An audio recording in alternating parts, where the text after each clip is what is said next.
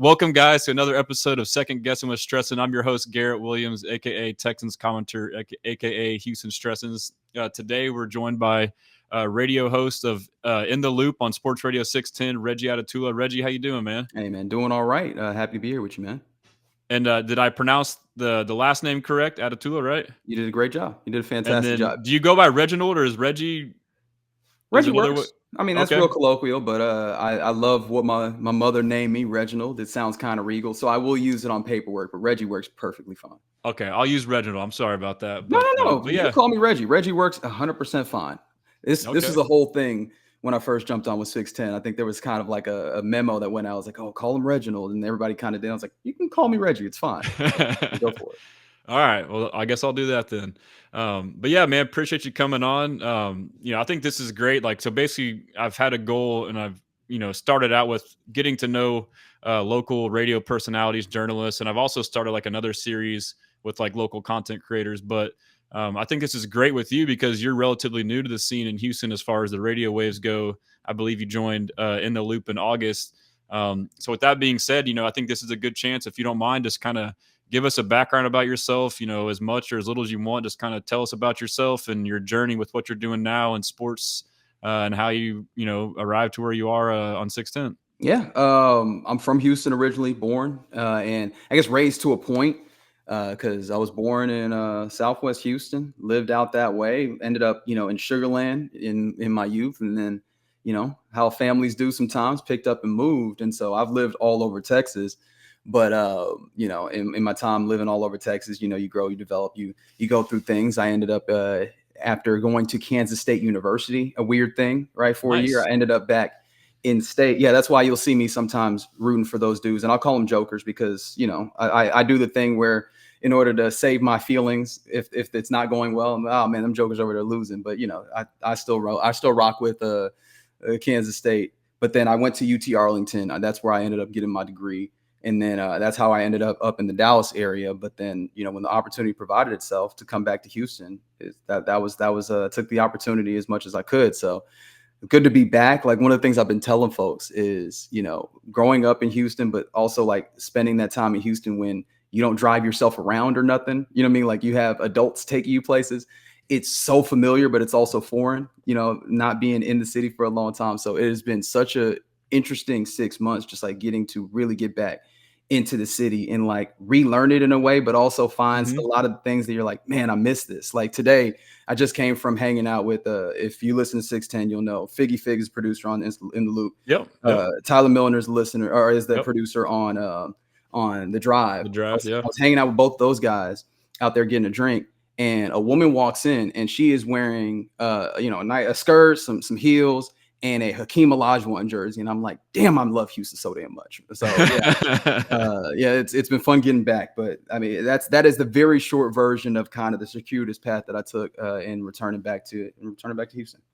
Yeah, that's awesome. It's an awesome story, and we're glad you're back. I mean, I've enjoyed listening to you on In the Loop. Like, I'm like most people where if I'm in the car, it's on 610. I really don't change my dial, so I'll get pieces of Sean and Seth. I'll get pieces of you and Lopez. I'll get pieces of Sterner and Milner and why am I Ron. blanking on Ron? Yeah.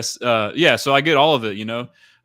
But we're definitely glad to have you. And I guess I'll comment back on your comment, like on the city of Houston. Like, I'm born and raised city of Houston, same thing. Like, have lived other cities for college and whatnot.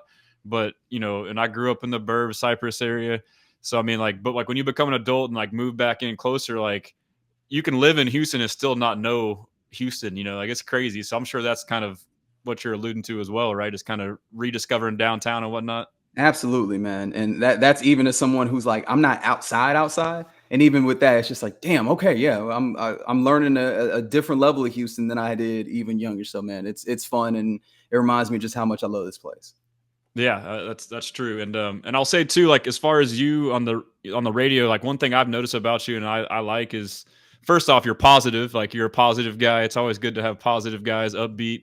But you seem to be pretty like in depth. Like, the times that I do catch you, like, you seem to be laying out some like thought out analysis on stuff. So that's awesome. Keep it up, and I guess can you kind of just dive into that? Like, is that correct? And then, just kind of your radio personality?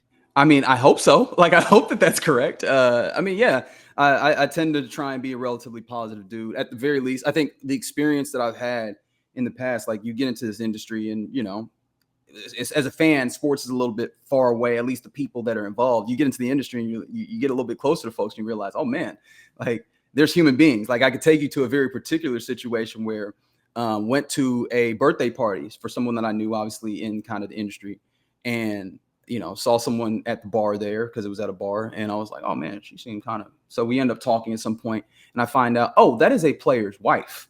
And then, which is cool, right? Like that is fine. I did not do anything where I fell on my face or anything, but in having a conversation, like you hear some of the stories from that side of it, and you're like, all right, criticism is absolutely fair. Not to say that people are not going to be critical and like, couching whatever you do in like, the ability to be entertaining also matters. But at the same time, I try and at least for myself, remember, that's a human being over there on the other side of that. So talk about that in a way where, if you see this person in the street, because I do also subscribe to the theory that if you are out in these streets, you can get touched, like operate in a place where, you can walk around comfortable in what you have. And so I guess that ends up being relatively positive. But I also it's funny that you say that because I find myself to be a kind of a pessimistic person, like on the underneath. So I'm happy that it comes across as relatively positive. As far as like being in depth, I don't know. I guess maybe I'm just talkative. Like I always got that on my report card. So maybe that is what comes with depth. But I think also I work with some great dudes at 6'10", and just in the industry in general, you see people that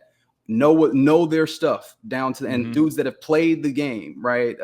So there's a level of just trying to keep up with the Joneses, man. If I'm going to share a platform with those types of folks, and not even just those types of folks. I mean, you're one of these people. There's a lot of people in this industry that do a great job, and it's like, I just trying to keep up with the people that are doing great work, and hopefully, do something that is somewhat similar. Yeah, that's awesome. And I agree. And, I think I'm kind of similar too, as far as like the positivity thing. Like, I guess like, cause I do the same thing. Like, I know some people don't care, but I guess it boils down to like, I wouldn't be comfortable like being in that situation. Some people don't care. Like they'll trash talk a guy and then if they see him, they won't care. But like, I would just feel bad about it. Like, and stuff like, but with that being said, like I'm also, not overdoing it where I just, always am kissing up to, people and never criticizing. I just try to do it like in a respectful manner. And I'm not perfect, but it's cool to hear you say that too. I mean, I feel like in today's society, that's kind of lost on a lot of people with the way you can just fire off stuff and have no repercussion for things. But I mean, even then, with that being said, I get it. It's, it's sports, but that's refreshing to hear. So, I guess that's enough of that. Let's just kind of get into ball. I mean, you're born and raised in Houston. You got the Stros hat on. How do you feel so far about the Texans offseason? Ooh, there's a lot of things to like within it. If we're gonna focus on the positivity of this, like we were talking about it today, and I'm still kind of amazed thinking about the acquisition of CJ Gardner-Johnson. Like you got a Super Bowl caliber player, a dude who also fits the mentality of what D'Amico Ryans was for his team, for a dude that I don't know would have played football for you this past year, and a dude who has talent. Like there's equity within that player inherently with the talent that he has. I just don't think that you could have extracted it here. So you took what was like trapped equity and turned it into something that's absolutely going to pay dividends for you. I'm amazed by that. Like you can look at the various ways defensively where they've added depth, right? You add the EJ Speed addition. That seems like that's going to go well. Sheldon Rankins adds a level of like institutional knowledge for a dude that wasn't here last year. That's kind of wild. Also, like, the leadership that he brings, the defense is going to continue defensing. Like I have no doubts about that. Offensively, I mean, I think we're all in the same place, right? The Christian Kirk edition is really fun, right? I'm interested in seeing what that looks like. And I've had to try and like disavow myself of the framework that I had when Christian Kirk first signed. I noticed that I was still looking at when he first signed with Jacksonville. I was like, oh, that's a terrible contract. And it's easy to boil all of that down into, okay, I don't like that player, which is wrong. Yeah. Like he's overrated, a good player at that time. Right. Relative to contract. 100%. But when you try and separate those things out, you blow it back up and you go, oh yeah, that's right. He's a really good player and in the right context. It's recorrected itself. Now he's underrated. Yes. And I love that happens. It just all comes back to this offensive line where I go, I understand what the sell has been, which is, all right, you did not move with one band, one sound type ideas, right? Like you had guys that were not necessarily all working together to create a cohesive front. And on an offensive line, that is death. And we saw that last year. I just feel like I'm consistently looking at this offensive line and saying, all right, cool, it can work, but we're all working. Like there's so much, I guess, hope in that if everything hits, it'll be good. It'll be great. Everything will be fine. And you'll be back to Super Bowl kind of contention levels. I just try not to operate in a place where I assume everything perfect is going to happen, because that feels like a fool's errand. So what level, apart from 100% success and 0% failure, like what is a reasonable expectation within that when it comes to the offensive line? And what is the percentage chance in there, as I've set it up as percentages, like the percentage, I guess, outcome of the offensive line production with the offensive line that you put in there that's good enough to be better than where you were last year, or not just better than where you were last year, but better than I guess the expectations, right? Able to get you over the hump, able to get you to a place where you're actually good enough to be a contender. The Chiefs and the Ravens, and so that I never have to live Christmas Day ever again, right? Like what gets you to that place? And I don't know that it's strictly, all right, well, we got some guys who have been veterans and they're all just going to be, above average, but they're all going to pull in the same direction. That's fine. I'm still working my head around that idea. I mean, that's completely fair. I mean, I don't think any of us expected this to be the path that they would do. Like, I was big on getting like a veteran in that would be like an immediate, no doubt starter, like Kevin Zeitler or James Daniels. But they kind of went a different route. And I mean, they got veterans, but they got guys that have kind of been rocky as of late and had injury history. But I think, the one thing that we can kind of extrapolate from this is that, they're basically telling us that the O-line was as bad as it was because of Bobby Slowick and Chris Strausser. I mean, because like by not going and like they revamped it, but they didn't revamp it with like the capital that we thought they would. And so we kind of have to have faith in that. And it also kind of seemed it was that, and then also the culture too. Trading Tunsil, I think it was mostly a cap move, but there was some of the culture that tied into it. But the guys that he's gotten, D'Amico has talked about. These are basically swarm players. He talked about swarm and how he's had on the defense. And so he's made that a concerted effort. But do you see any kind of similarities with this rebuild of the O-line being similar to the interior defensive line? Like, is similar to that, last year we're all wanting these big name free agents and we get a bunch of no name vets, but then they, over exceed our expectations. Could you see a scenario where that's a similar thing and it turns out that way? I mean, there's always the scenario that it ends up in that place. The things that I would use as a distinction between those is the level of experience that that D'Amico Ryans has as a play caller and a defensive mind.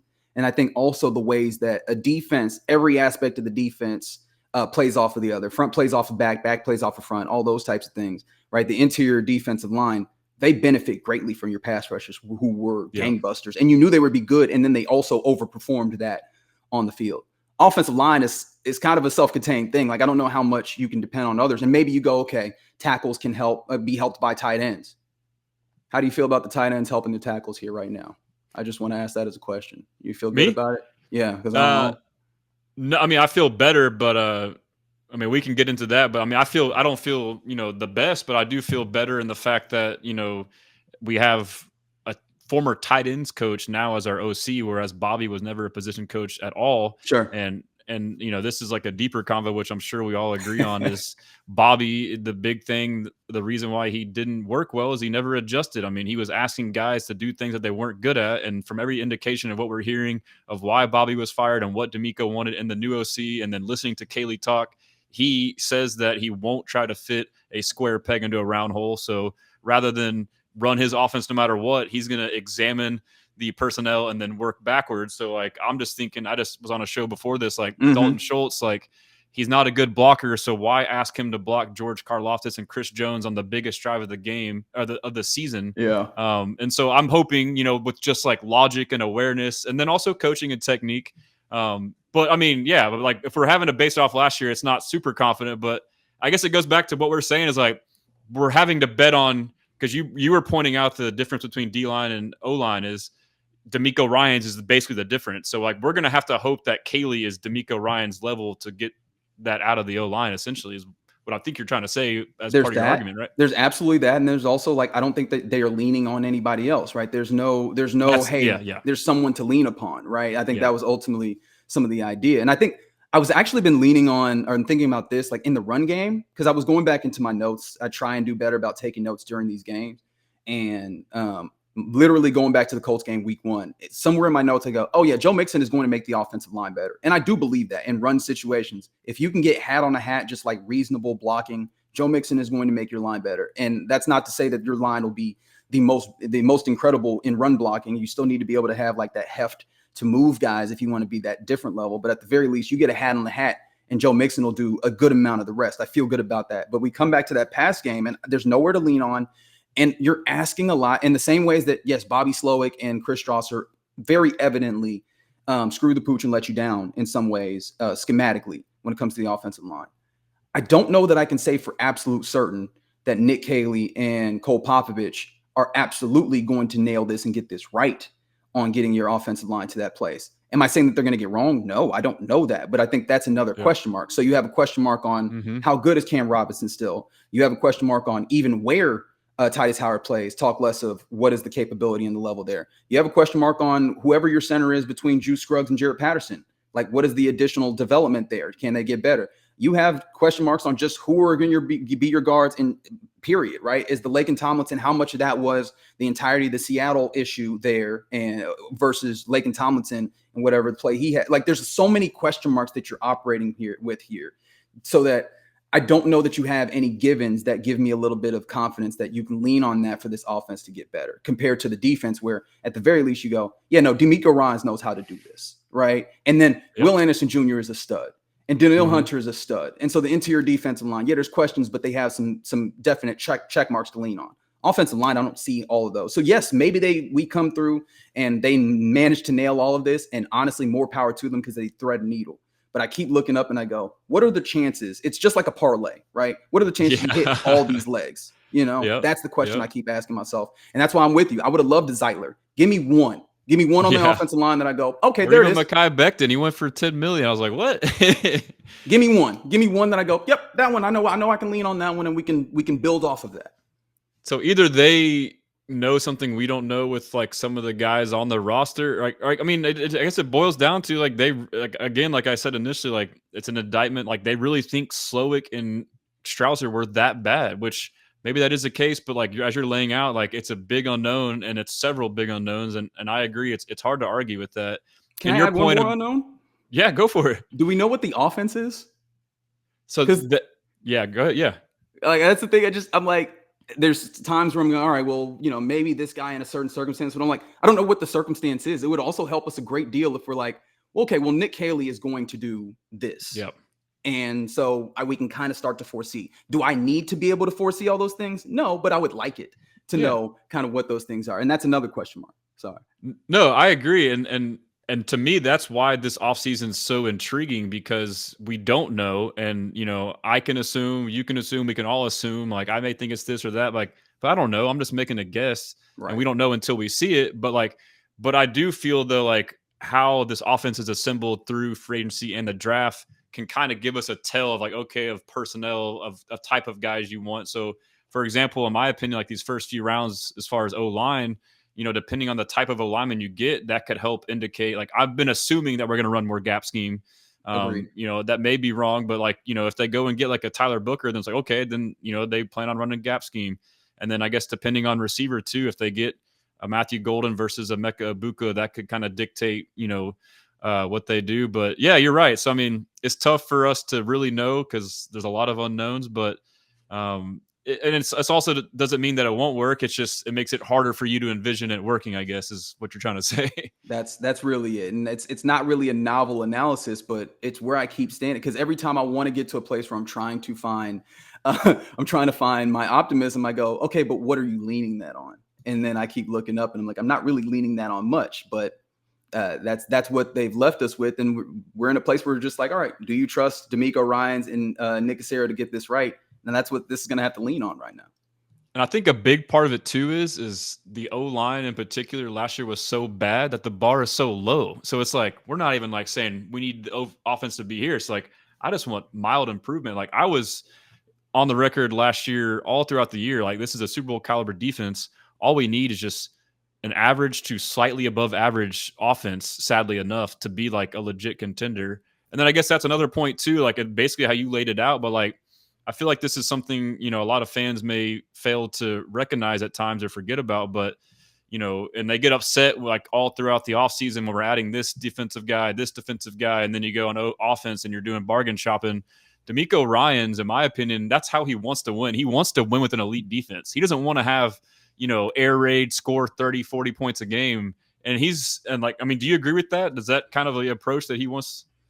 I mean, if you're just going to use asset allocation to try and indicate and cross-reference, it does sure feel like that, right? They've made sure that defense is airtight. I saw someone in the chat mention Ronald Darby that I completely neglected, even though cornerback depth was one of those things all season long that had me tugging at my neckline, right? And they add some defensive cornerback depth, right? They're trying to make this defense airtight to a point where your offense just needs to give you a little something, right? And maybe it's even the idea that we lean more on the run and pass when we have to, especially when you look at the offensive lineman where you don't necessarily have like incredible pass blockers, but pass when you have to, maybe even like quick passing type things where you can get the ball out and just continue to, like Ben Johnson was talking about at the league meetings, like continue to completion percentage and allow yourself to just kind of matriculate the ball down the field with the run game as well, and just complementary football your way with the defense into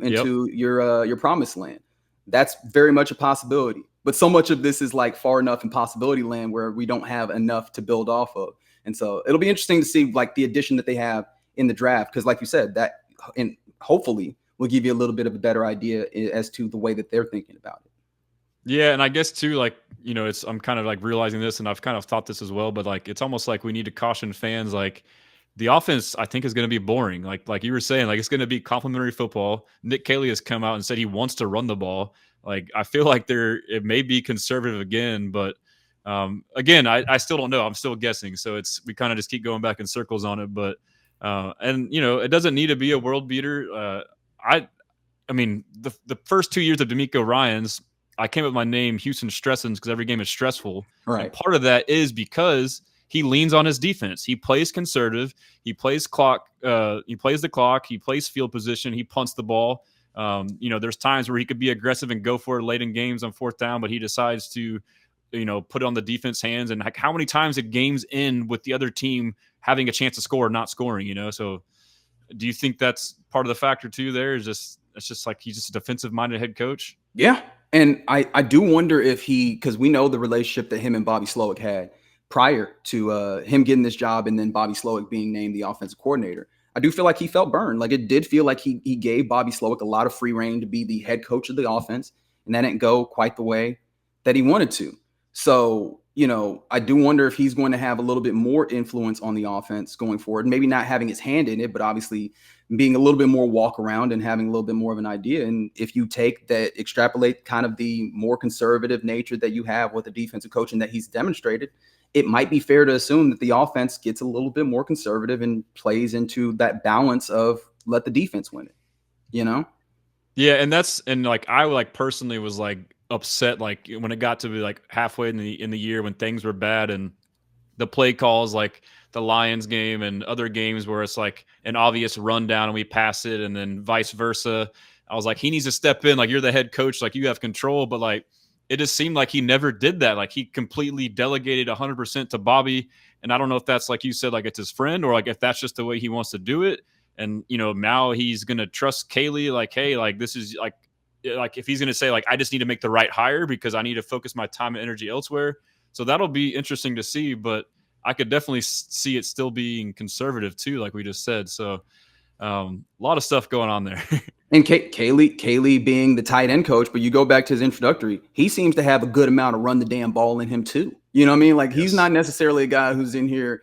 It feels like coming in with we're just going to toss the ball over the yard. He seems to have a good amount of kind of traditional foundational football in him as well. So yeah, man, we could very well get in that place where it's let Joe Mixon eat in a way where that becomes the kind of focal point with the understanding. And he did last year with terrible blocking. So that's right. That's right. And running the ball a lot and having a good run game is a good thing. I mean, you've seen like with the Bills, in the past couple of years, like they fired their coordinator Ken Dorsey mid-year and hired Joe Brady, and they went from asking Josh Allen to be Superman, air it out, to hey, let's dumb it down and run the ball, and then he had one of his best years. So it's a good thing. I mean, it's like a more foolproof, longer, sustainable recipe for success, in my opinion. But I guess it may be less exciting as a fan. Well, you know what's most exciting as a fan? Winning football games. That's what's exciting as a fan. Winning football games. So if you find Facts. that as your path to getting to victories, I think people will come along. I mean, we had a blast with them Gary Kubiak teams.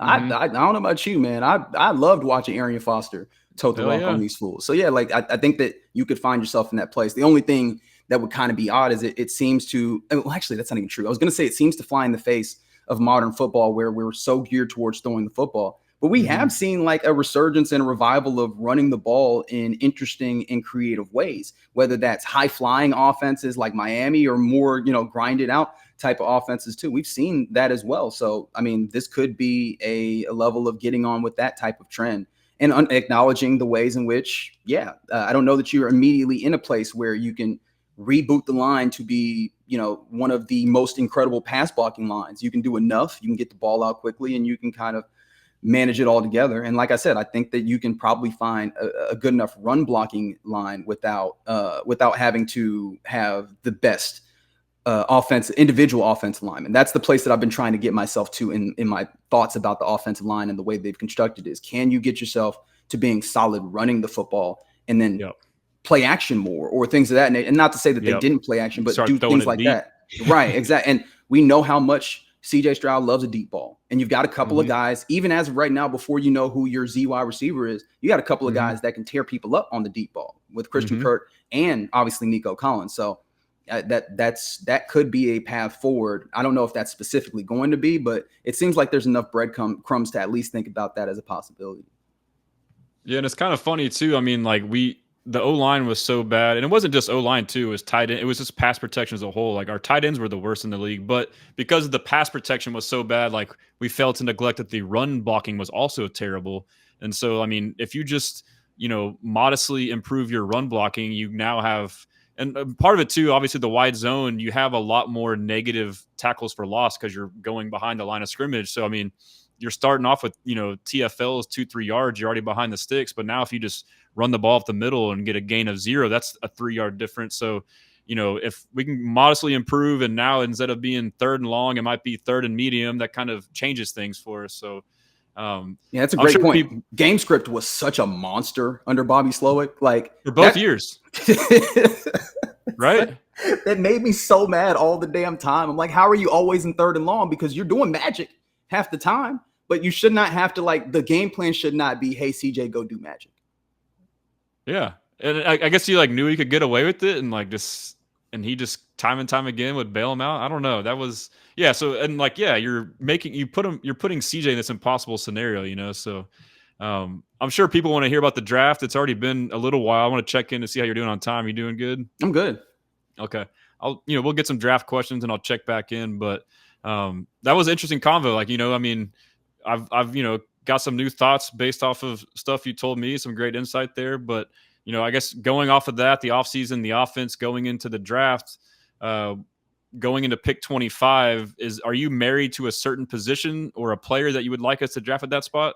I wish I could be so progressive as all the fine folks who are like, nah, give me the wide receiver, right? Especially when you look at the wide receiver room. You need that ZY receiver. You're not certain what Tank Dell will be if and when he returns, right? Mm-hmm. So getting a guy on that rookie deal that you can have as a target moving forward, right, would be fantastic. I think I've already established this offensive line keeps me up. Like, this offensive line makes me think for a while. And remember, I keep talking about give me a tent pole, right?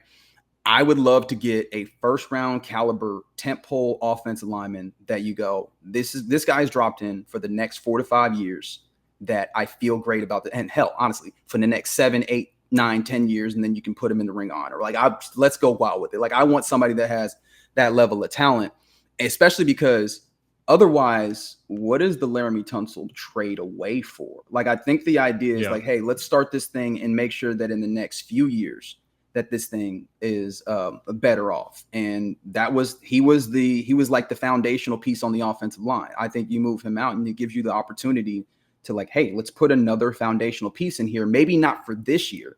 And this is why the guy like Kelvin Banks continues to ring around in my head, because he can be a tackle, which obviously inherently is more foundational, the positional value than interior. But he can start at guard for the positional flex of finding your best five. But then that is not just a draft pick for, all right, you got a guy that can play this year.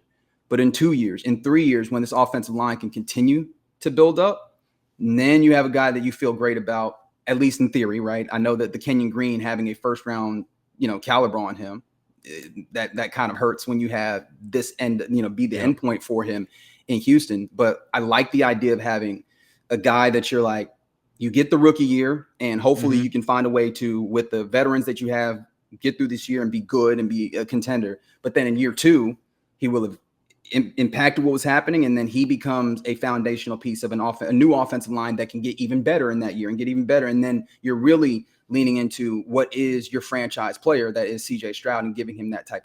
And that's not to say that you couldn't do that in the second round, but it's easier for me to get to that place where I go, hey, the most premium pick that you have, utilize it in that way, I love that logic, and I love and I've been high on, I guess it's kind of shifted with like the signings we had with Cam Robinson and Trent Brown, but I've been high on there's like 4 or 5 guys that are tackles who are projected to play guard in the NFL, who could probably play guard or tackle, and just from the versatility standpoint alone, that's valuable. But your point is like, hey, you can start them at guard now with the plan to kick them back out at tackle after these 1-year deals of Cam Robinson and Trent Brown go by the wayside. That's a pretty good plan too. But I mean, and your logic is, I've been wrestling the same thing, and the talent does drop off after the first round. So like, to your point, if we're trading away Laramie Tunsil, but I've been saying too, like, it's if the net 5 is better, yes, you are getting less value at the left tackle, but as a result, if you get more capital, money, and draft picks to now solidify the interior, I would take a stronger interior and a lesser exterior than what we had last year. So, but to make that happen, you now have to take what you just got out of that deal and go draft a guy, and you got to draft him probably pretty high to really make it happen. Like, if you want like a day 1 starter, they probably got to be in the first round for. I mean, and I don't know. Do you agree that like you have to get a guy in the first round? Like, can we get a guy in the second or third that you would start? Like, they would probably be delayed in starting, wouldn't they? I think that there's some guys that you could possibly get, especially when you consider what the offensive line is that you have right now. There's competition, yes, and those guys are vets, but they're also not the type of vets that you go, they are stopping a show, right? So if you have a guy that comes in, and there's some guys that are possibly in there, right? There are guys that like, I think Mike Tice, I've been throwing his name around a lot, the former Vikings coach. Yeah. He was on with his son on the Yahoo's Nate Football Tice. 301. Yeah, and he was mentioning he was mentioning the guys that he liked in the offensive line, mostly tackles. He seemed to really like Josh Connerly, and Connerly's one of those guys that's kind of been under the radar. Like, there's definitely a lot of these guys that are possible. Obviously, Gray Zabel is a name that a lot of people have loved since his time at the Senior Bowl. There's a lot of guys that you can get, and maybe you can get those in the second round and such. Like, it's easy for me to keep looking at the possibility of using that most premium for this spot that was such a thorn in your side last year. But yeah, I mean, people are right. Their wide receiver is not as deep. There's ways to address this. I think that that's absolutely fair. I just keep looking at, and I always come back to, I love this cliche, and it's cliche because there's truth to it. The game in its essence is about blocking and tackling.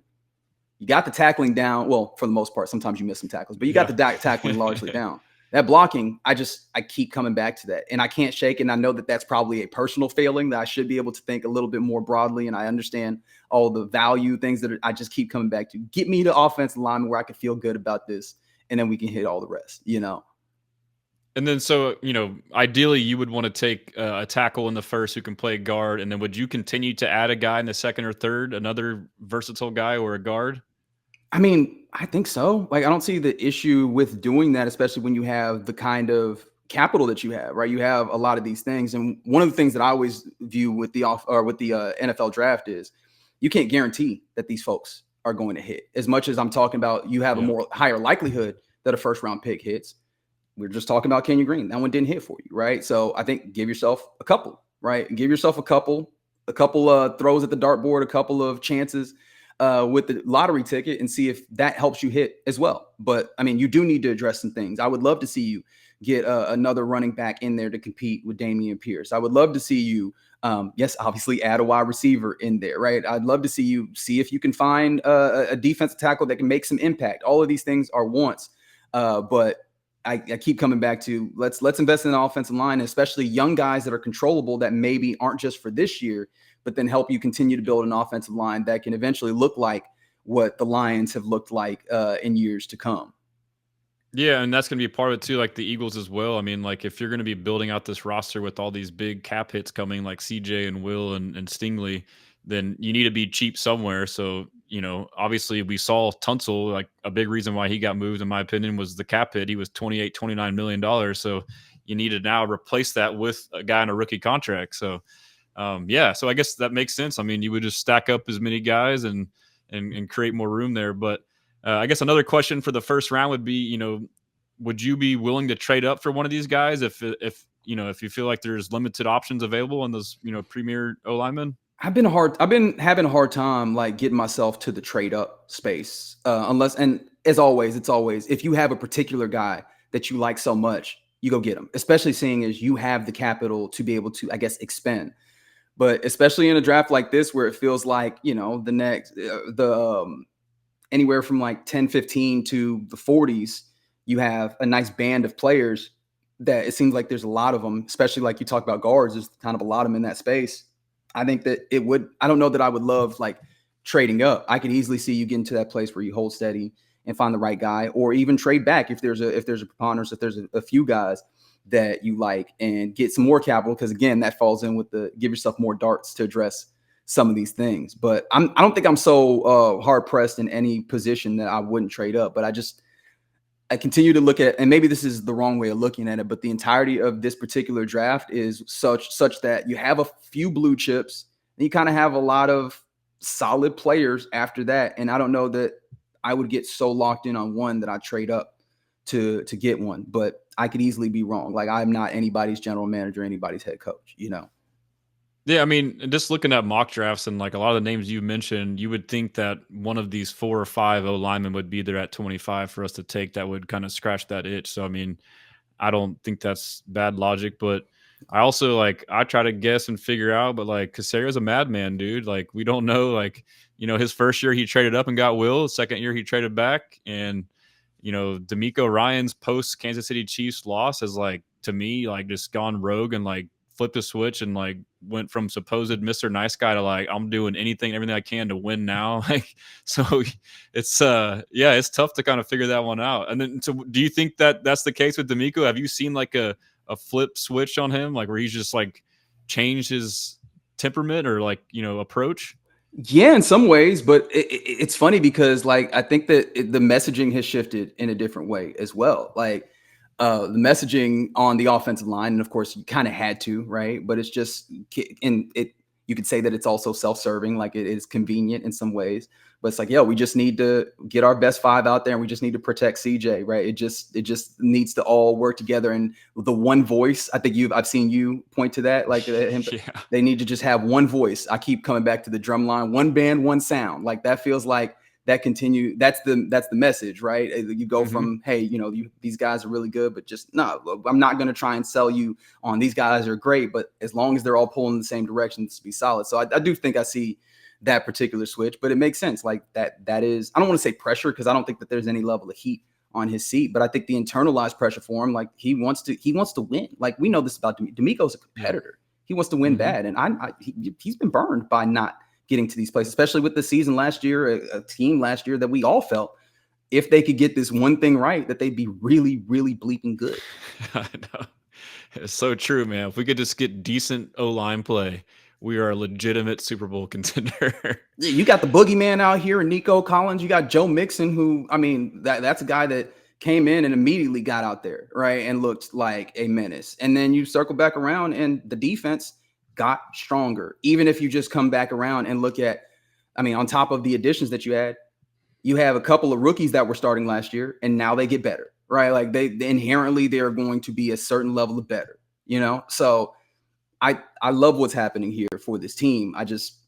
I keep looking at that one spot where I'm not the most confident, and it's easy for me to throw all my attention there. But again, these are the things where I can acknowledge that I have a more simple mindset towards it. I feel like a general manager has to have a more complex one. And so I can easily see how, yes, Caserio could go rogue and trade up, or he could do all these various things. And I will lean into that there. Circling back to that, to the trade up, though, I think that there's a fair question to be asked about his ability to identify the good offensive lineman. And I don't think that it's necessarily that you have to absolutely go to he is bad at it. But if there's a question, I don't know that I'm like, all right, so let's give up capital to go so much on your hunch as opposed to let's get a few of them and see if we don't hit out of the bunch that we get, you know? Yeah, and I was going to ask you about that because I know that's a concern for a lot of fans. Like, obviously, Kenyon Green is the one that comes up, but I mean, regardless, like to your point, getting many of them, like that already seems to be the approach. And like D'Amico's talked about it, Yeah. it's the same as what he's done on defense: ironing, sharpening iron, sharpening iron, creating competition. So, I mean, and you look at last year, like we had none of that in the O line. It was like, you know, coming into the second year under Slowick. The first year was like a patchwork O line, and all of us like, okay, we get all these guys back. They're presumed starters, and it's going to be 10 times better. But I think because of that notion, like they all knew they were going to be the starters. Like they didn't really get to where they needed to be. It was like a lot of complacency, I guess, is what I'm trying to say. So, yeah, I like that. I like that logic too. Just more bodies, you know, drafting multiple guys, create more competition. You know, you increase your chances of one working out. So, At least in theory, right? Like yeah. that's the one thing that's tough is that we see this in football all the time, right? Theory versus practice, right? Oh, we can look at some of these numbers and then you get out here and it doesn't quite work this way. And this is tangential. I apologize for taking us off the path here, but it's one of the things that I always laugh about with coaching decisions because like people will lean on the analytics or blame the analytics that, oh man, he's making decisions. And in theory, if you keep doing this thing this way, more often than not, it'll come out this way, except you're doing it a few times and it's football. Right? It's a sport with an egg-shaped ball.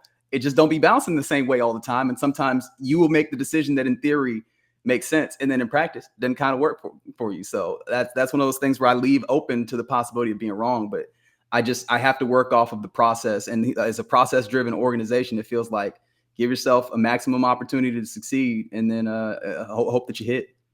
I mean, I love that. And the very least, you have depth. Like we didn't have depth last year. Like once Kenyon like was a flop and got hurt, it was like Kendrick Green. You know, what I mean, and then like we had two guys that ended up not being good, Kendrick and Shaq. But like after that, our options were scarce. So yeah, I mean, I agree with that 1,000%. But yeah, I'll go ahead and turn you loose, man. I know it's been a little bit over the a lot of time we kind of planned on, but I appreciate the time. Before you go, do you have anything you want to shout out? Like obviously your show. If you got anything outside of that, your handle, anything like that. I'm in just in the loop, 10 a.m., 2 p.m. On Sports Radio 610. But obviously, I'm sure my bosses would love it if you wake up with Payne and Pendergast and then obviously roll all the way through the drive, Texans All Access, Area 45. I work with great guys, man, and it shows through, I think. Yeah, Area 45, Patrick Creighton, Sean Bajani, right? Yeah, man. They have a lot of fun at nights as well. So yeah, they do a great job. Well, yeah, Reggie or Reginald, whichever one. I'm sorry for calling you Reggie. I know you said I could. don't apologize. You're good. You're good, man. I appreciate it, man, and I enjoy interacting with you online as well. If you ever need anything, just give me a holler. But in the meantime, keep it up. I should have wore the shirt. I appreciate the hope shirt that you sent. I love it, man. Yeah, for sure, anytime.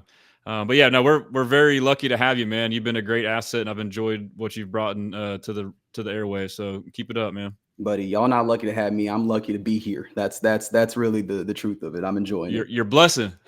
Blessing, absolutely. Absolutely. All right, man. Whenever you're ready, you can just click the exit button. I'm gonna hang on and do some Q&A, but we appreciate it, brother. Yes, sir.